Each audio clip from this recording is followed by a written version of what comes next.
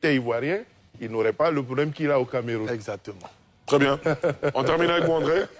Alors, le problème de Camto, c'est que on lui a tout simplement dit que un autre avait déposé, excusez-moi de ne pas rire, Allez-y. avait déposé sa candidature à la place de son parti politique. Bon. Et donc, c'est celui-ci qui a été retenu. Voilà. Il arrive, on dit, bon, monsieur Dieudonné Yebga, qui était l'ancien président donc, de son parti, a été le premier donc à déposer la candidature au nom de ce parti dont il avait été déjà viré. Et donc, c'est lui qui sera le candidat. Et il peut même être candidat indépendant. Du parti de M. Camto. Alors, pour être plus sérieux, Paul Biya, il a été nommé Premier ministre pour la première fois, je n'étais même pas encore né. Voilà, il est au pouvoir. Sa durée au pouvoir est plus vieille que plus de la moitié de la population camerounaise. Plus de 43 ans au pouvoir. Et l'espérance de vie au Cameroun, c'est 64 ans. Donc plus de la moitié des Camerounais ont connu Paul Biya comme leur président. Voilà. Et c'est quoi le Cameroun? C'est une croissance moyenne du PIB à 3,3% contre 6,5% pour la Côte d'Ivoire. C'est un indice de perception de la corruption, 140e sur 180 pays. En Côte d'Ivoire, nous sommes 69e. C'est un budget de 7 317 milliards. En Côte d'Ivoire, c'est 2 fois plus, 15 000 milliards. C'est un pays, contrairement à ce qu'on dit, qui n'est pas stable. C'est faux. C'est l'insécurité au nord. Donc, en fin de compte, pour reprendre l'expression donc de l'un des anciens conseillers de M. Paul Biya, M. Christian Eloka Penda, il a dit on n'est pas dans une démocratie, on est dans une satrapie. C'est lui qui le dit. En tant que Camerounais, je me sens humilié, insulté, piétiné, ridiculisé. En tant que Camerounais, je me sens sali. Quand j'écoute ces gens parler, quand je les écoute dire ce qu'ils disent sur mon pays, parce qu'il ne s'agit pas seulement de Camto, il s'agit d'un système. Quand je vois comme ils parlent de mon peuple, vous savez, les Camerounais, plus de 60% de la population sont nés, ils ne connaissent que Paul Biya. Donc ils n'imaginent même pas le monde autrement qu'avec Paul Biya. Ils sont nés dans la satrapie. Donc, plus de 80% des Camerounais sont nés avec l'huile de la sardine dans la tête. Ils vont donc tirer leur pays vers le bas. Est-ce que vous vous rendez compte qu'on parle de nous comme d'un peuple condamné à disparaître? On parle de nous comme d'un peuple condamné à disparaître. Le monsieur à côté dit que c'est Camto. Camto a le problème qu'il a là, parce qu'il est Camerounais. S'il avait été Ivoirien, il n'aurait pas eu ce problème. Homme politique du Cameroun, est-ce que vous voyez à quel point nous sommes dans l'effondrement? Même dans le RDPC, ils n'ont plus de dignité. Même la moindre dignité. René Sadi, militant du RDPC, membre du RDPC, regardez où vous amenez la chose que nous avons en commun, le pays. Monsieur René Sadi, regardez où vous avez amené le pays. Nous sommes la risée du monde entier. Du monde entier, René Sadi. Monsieur Betty Assomo, nous sommes la risée du monde entier. Le peuple se moque de nous. Le monde entier se moque de nous. Le monde entier se moque de nous, Betty Assomo. Regardez ce que vous faites du pays. Regardez ce que vous faites de notre pays. Notre magnifique pays est devenu un cirque. Il est devenu un cirque. Obligé de t'appeler Betty Assomo. Avec un peu de dignité. Tu es ministre de la Défense. Ton travail, c'est de défendre le pays. Regardez ça. Regardez ça. Regardez comment on parle de notre pays. J'ai tellement honte. Mon Dieu, je ne sais pas. Aïe, aïe, aïe, c'est pas possible. je vais... Non. C'est pas normal.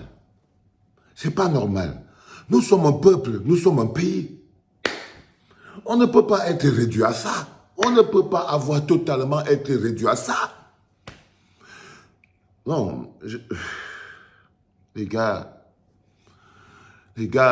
on ne s'est jamais autant moqué de moi de ma vie. Nous sommes la risée du monde. Nous sommes devenus la risée du monde, Mr. Famendongo.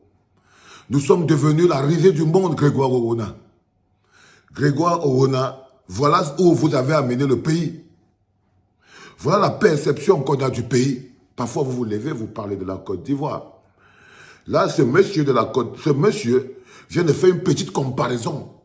Petite comparaison entre le Cameroun et la Côte d'Ivoire, mais c'est le jour et la nuit. C'est le jour et la nuit. C'est-à-dire que pendant ce temps, la jeunesse camerounaise est en train de faire le prank de TikTok avec un président TikTok sur TikTok.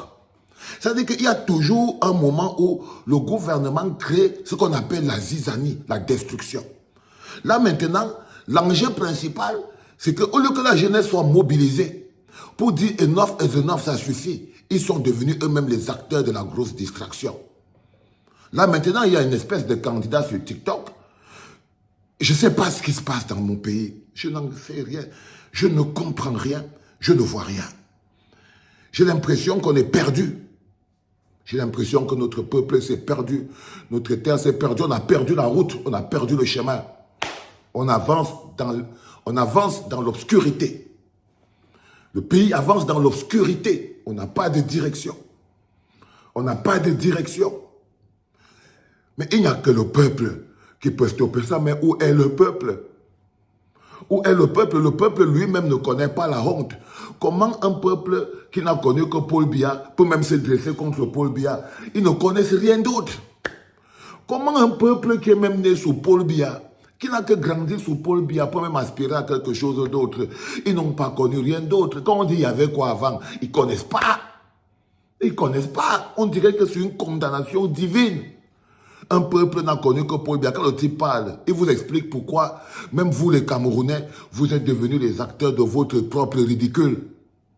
Comment nous sommes nous-mêmes devenus des acteurs de notre propre ridicule. Nos dirigeants nous tournent en ridicule à l'échelle du monde. C'est-à-dire que nos dirigeants nous tournent en ridicule à l'échelle du monde. Le type s'assoit, un Ivoirien s'assoit pour disséquer la psychologie de ce qui se passe au Cameroun. Il dit que non. Si Kamto avait été ivoirien, il n'aurait pas eu ce point de vue parce qu'ils ont affiché la liste électorale nationale et ils respectent le code électoral national et ils se battent dans la légalité pour pouvoir, comme ils peuvent arriver à quelque chose. Il vous a parlé du budget de la Côte d'Ivoire, c'est le double de celui du Cameroun. Vous êtes misérables, vous êtes pauvres. Les autres pays ont déjà connu plusieurs présidents. Et quand tu arrives en Côte d'Ivoire, ils peuvent te parler de la vie sous Houphouët-Boigny, ils peuvent te parler de la vie sous Alassane, ils peuvent vous parler de la vie sous Bédié, ils peuvent vous parler de la vie sous Gbagbo. Ils peuvent vous parler. Mais vous ne pouvez parler que de la vie sous Paul Biya. Ça veut dire que c'est une maladie, c'est dans les gènes. Vous portez en vous les germes de votre propre destruction. Je me posais la question, pourquoi ces gars sont aussi haineux? Pourquoi ils ne voient pas ce qui se passe? Mais ce monsieur vient de me faire comprendre ce qui se passe. C'est que vous ne connaissez pas le monde. Vous ne connaissez pas la vie. Un peuple qui ne connaît la vie que sous le règne de Paul Biya est un peuple qui a été condamné à mourir, disparaître. Condamné à mourir, disparaître.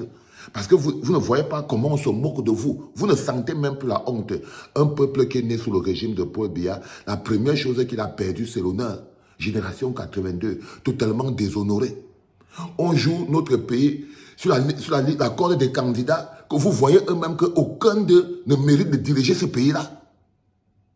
C'est-à-dire quand vous voyez les candidats que nous avons, qui ont été soigneusement sélectionnés par Ngongo, Chantal Biya et Paul Atanganji. Quand vous voyez les candidats qui ont été soigneusement sélectionnés par Ngongo, Chantal Biya et Paul Atanganji, c'est pour se moquer du Cameroun. Regardez ce qui se passe avec le type Yebka. C'est pour vous montrer que vous n'êtes rien. Un type dans l'illégalité à Tanganji efface le nom À Tanganji, ministre de l'administration territoriale, il faut envoyer cette capsule encore à mes frères ivoiriens pour qu'ils comprennent très bien que c'est le ministre de l'administration territoriale lui-même qui est entré dans le site du ministère de l'administration territoriale pour aller effacer, les enfants. Taguez-moi tous ces Ivoiriens sur ce petit bout-ci. Que ça ne s'est pas passé autrement. En fait, mes chers amis ivoiriens, la vérité, c'est que c'est le ministre de l'administration territoriale, Paul Atanganji, qui avait un avocat qui s'appelle Hervé Com, sont allés réactiver un vieux dans son village et l'ont amené en totale illégalité. Ce vieillard ne peut rien faire de lui-même. Il est comme Paul Biya. Tout ce qui s'est fait autour de lui est arrangé. C'est un bonbon Yebga. On est en train de foncer sur lui parce qu'il a dit oui à la forfaiture. Vous entendez ce que j'ai dit, mes chers amis ivoiriens? Non, non, non, non, non. En fait, c'est Hervé Com, un autre avocat satrapique d'une... C'est-à-dire que quand je me rends même compte que ce monsieur était mon ami, j'ai envie de vomir. J'ai envie de vomir Hervé Com. Donc, c'est ce monsieur, Hervé Com, qui s'est mis à la baguette pour aller chercher Ebga, pour venir en lui disant qu'ils peuvent créer un mécanisme qui va faire que quoi qu'il arrive, on va annuler la candidature de Maurice Kamto. Ils avaient juste besoin d'un prétexte. Ils avaient juste besoin d'un prétexte. Et là, ils sont allés voir le ministre pour la Tanganji. Donc, vous avez sur le faux avocat Hervé Emmanuel Com, qui a pris contact avec Yebga. Il a dit à Yebga qu'il suffit qu'on crée le flou, ne t'inquiète pas, on s'en fout, même dans l'illégalité, ça va passer. Il est parti voir Yebga sous ordre de Paul Atanganji. Et Paul Atanganji, pour faire passer la pilule le jour de l'élection et entrer lui-même, la seule chose qui lui restait à faire, c'était d'aller effacer le nom de Anissé Ekane pour mettre le nom de Yebga. Une seule personne pouvait le faire, c'est le ministre de l'administration territoriale. En temps normal, Paul Atanganji devait être en prison, Yebga devait être en prison, Hervé Emmanuel Com devrait être en prison. Parce que voilà les bonhommes qui sont là sur la ligne de cette forfaiture. Mais ils avaient juste besoin de donner quelque chose à leur complice de Elekam, que ce soit vrai ou faux, pour effacer. Donc la multicandidature qui était en même temps pour l'UPC, en même temps pour l'Univers, en même temps pour le RDPC, n'a eu de valeur que sur le Manidem. Parce qu'en fait, tout ça, c'était un motif créé dans le but de stopper la candidature de Maurice Kamto. Donc, ne dites pas qu'il est venu mettre... Non, c'est le ministre lui-même qui a violé le site internet de l'administration territoriale. C'est le ministre de l'administration territoriale lui-même, Paul Atanganji, qui a encore violé le site de l'administration territoriale pour venir insérer le nom d'effacer le nom du président du Manidem pour mettre ce nom de M. Yebga. Le ministre lui-même, c'est pas un film. C'est pas un film. Le ministre a lui-même violé son site internet. Le site internet du ministère dont il a la charge. C'est lui-même qui l'a violé. Donc, on est dans une illégalité. C'est parce que le pays lui-même fonctionne dans l'illégalité. Quand un ministre peut lui-même violer le site internet, si les institutions du pays fonctionnaient, un procureur l'aurait déjà pris. Même les institutions du pays sont des sous-sections du RDPC. Donc, le peuple est en totale captivité. Ils ne sont pas seulement en captivité physique, ils sont aussi en captivité dans leur tête, comme vous l'avez bien dit. C'est qu'un peuple qui n'a connu que Paul Biya peut aller sur TikTok pour chercher son président. Parce que pour eux, ils ne connaissent pas ce qu'on appelle la valeur d'un pays. Ils n'ont jamais été éduqués à connaître un pays, à sentir un pays, la fierté d'appartenir à un pays. Ils ne ressentent même pas ce qui se passe en ce moment comme une humiliation. Ils sont dans les bars. La première chose que Paul Biya a détruit, avant tout, c'est le peuple et leur rapport avec le Cameroun. C'est-à-dire que les Camerounais n'ont pas d'amour pour le Cameroun. Ils aiment rester là. Si c'était les histoires de couper-décaler, vous allez voir qu'ils allaient sortir pour venir faire le concours de danse. Mais là, maintenant, ils ont recommencé à jouer. Là, ils sont sur TikTok avec un bonhomme qui a été, je sais pas de quoi, je ne sais même pas quoi dire sur ce truc. Ils sont sur TikTok en train de faire les cons. Pendant ce temps, nous sommes la risée du monde. Je vous aimerai toujours, les gars. Je me battrai toujours, toute ma vie. Je me battrai toujours comme je peux. Parce que je pense personnellement que le peuple, Dieu ne peut pas avoir créé un pays aussi magnifique pour le faire sombrer dans les abîmes. Je ne peux pas penser que c'est nous qui avons été maudits, que Dieu a créé notre pays magnifique là pour le voir sombrer dans les abîmes de l'enfer comme on est en train de le faire. C'était papa.